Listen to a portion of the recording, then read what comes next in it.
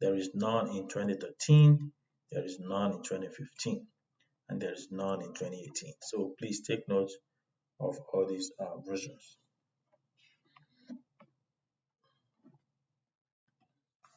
So now let's talk about the editions.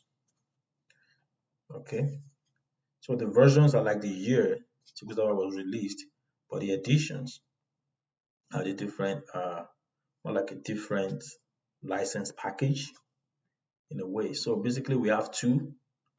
We have two broad types. We have the free editions. These are the ones that are free. Then we have the paid ones. Okay. So on the left are the free editions, and these are the Express edition, Developer edition, and Evaluation edition. So for the fact that they are free, of course, there will always be a catch. So for the Express, there's a limitation. Okay. So the database that you can have on an Express edition, the size of that database cannot be more than 10 gigabytes in size. You cannot have a database whose size is more than 10 gigabytes if you are using Express edition. And also, you cannot have Express edition on a server that has more than 4 cores. So it is limited to one physical CPU or 4 cores. So if you have a computer that has more than this, then you're going to have to get a different edition, not Express edition. If you want to use more than 4 cores for your SQL Server, then you're going to have to get Express edition. Okay. And then for each edition, you can have different versions. So the same Express edition, there's 2016 version, there's 2017, there's 2019, there's 2022.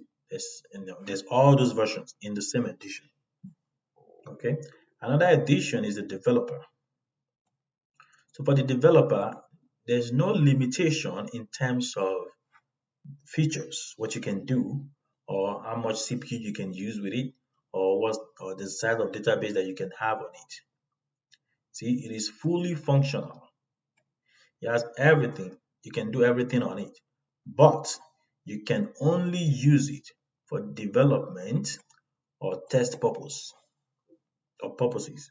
You cannot use it for production purpose, which means that you cannot connect a client-facing application to a database that you have on a developer edition.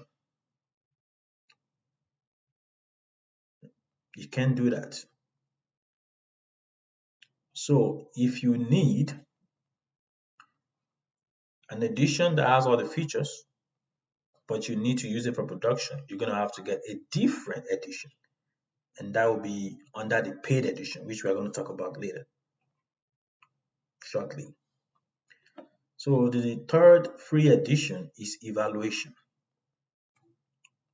So just like the developer, the evaluation edition is also fully functional. It has all the available features, but you can only have it for 180 days.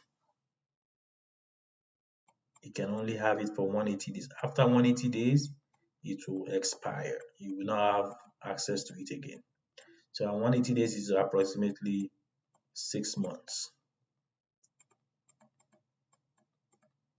So if you need something temporarily,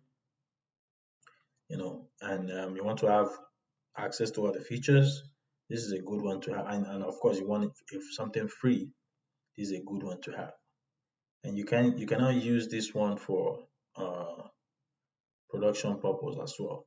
You can only use it for testing and all that.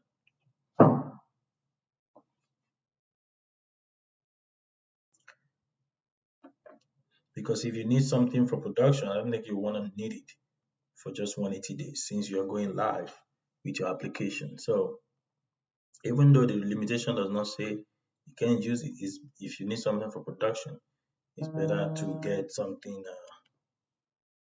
paid because of this expiration, 180 days expiration. So let me correct that. You can use this for production, but because of these 180 days, you may not want to use this. Yes. So now let's go to the paid editions. Under the paid editions, we have enterprise. So with enterprise, you have all the features that you need. You have all the features that you need, but of course, you have to pay for it. There's no limitations at all. It does not expire. You can use it for production. The only thing is you have to pay for the license. There's also enterprise core. Here you pay per core, by the number of CPU core on your server. So that's why it says core-based licensing. Okay. So the previous enterprise is limited to just 20 cores. This one is limited to just 20 cores, but this enterprise core, you can go beyond 20 CPU cores. Then another paid edition is standard. But standard, even though you're paying for it, the features, it does not have as many features as the enterprise. And that is why it is not as expensive as the enterprise in terms of the licensing cost. Okay, so if you think you don't need all the features that the enterprise offers, then and you need it for production where the license will not expire, then you want to get the standard. As long as the features that you need are available on that standard edition. And then we have the cloud-based one, which is also another paid one. That is the Azure SQL database. This is also paid, but it is available on Microsoft Azure, which is the cloud service platform by Microsoft. It's also called Platform as a Service, also known as PaaS. So all of these, you pay for them.